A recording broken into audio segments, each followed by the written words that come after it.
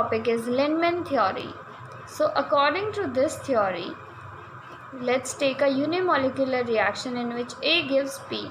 Mechanism of this reaction is A plus A gives A star, where the A star gives P. The rate constant for A plus A converting into A star is K1 and the backward rate of reaction is K minus 1. A star converts into P with rate constant K2. A star is a molecule in high vibrational energy level, or it is an energized A molecule, not an activated complex.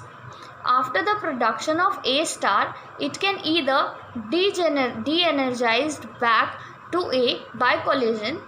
According to Lindemann mechanism, a time lag exists between the energization of A to A star and the decomposition of A star to products.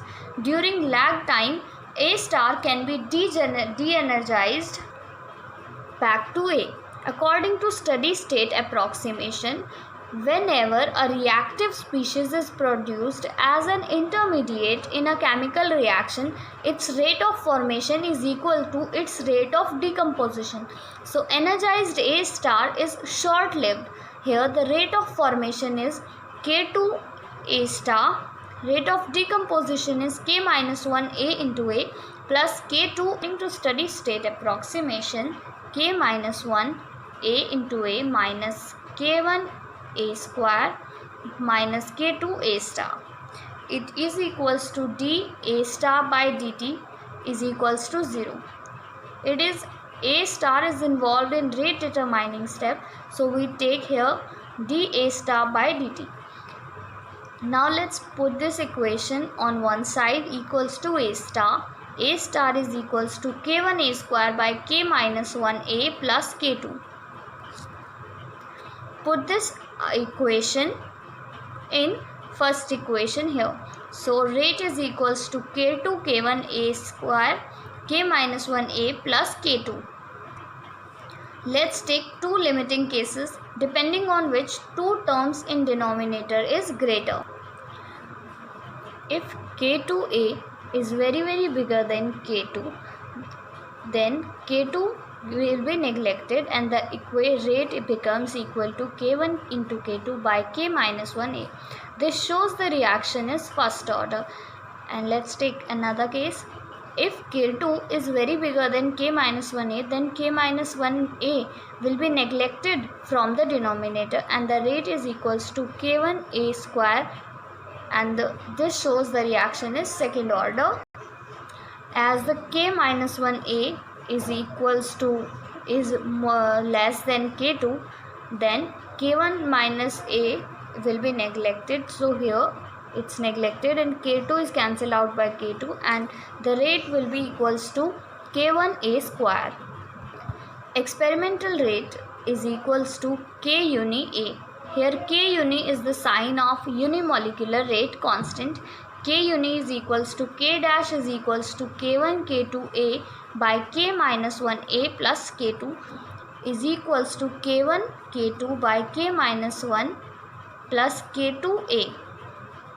Now K uni is equals to K1 K2 by K minus 1 plus K2 by A. Now let's start the limitations of Lindemann theory. When we take a reciprocal of this reaction, this is become 1 upon K uni is equals to K minus 1 upon K1 into K2 plus 1 upon K1A. So when we plot a graph between 1 by K uni and 1 by A, the theoretical graph will become straight line, but the experimental has a little tint over here, so this should give a straight line graph, but experimental plot is different. In second limitations, when we divide this equation, K uni is equals to K1 K2 by K minus 1 plus K2 by A. When we divide this equation by K minus 1, our equation will become this, where K uni is equals to K2 into K1 by K minus 1 upon 1 plus k2 by k minus 1 into 1 upon a. If so, let's take two cases. If a is large, then k2 by k minus 1 into 1 upon a will be very smaller than 1. So this whole term will be neglected. Then k uni is equals to k2 into k1 by k minus 1. And in second case, if k minus 1a is equals to k2 or a is equals to k2 by k minus 1, then k uni will be equals to k2 k1 by k minus 1 upon 1 plus 1 is equals to k uni by 2. So when we plot a graph between k uni and a by 2, then this will plot a graph between k uni and a by 2, then this shows a curve. The half of this distance will be equals to k uni by 2. The graph will show a curve value. That's all for today's video. Thanks for watching.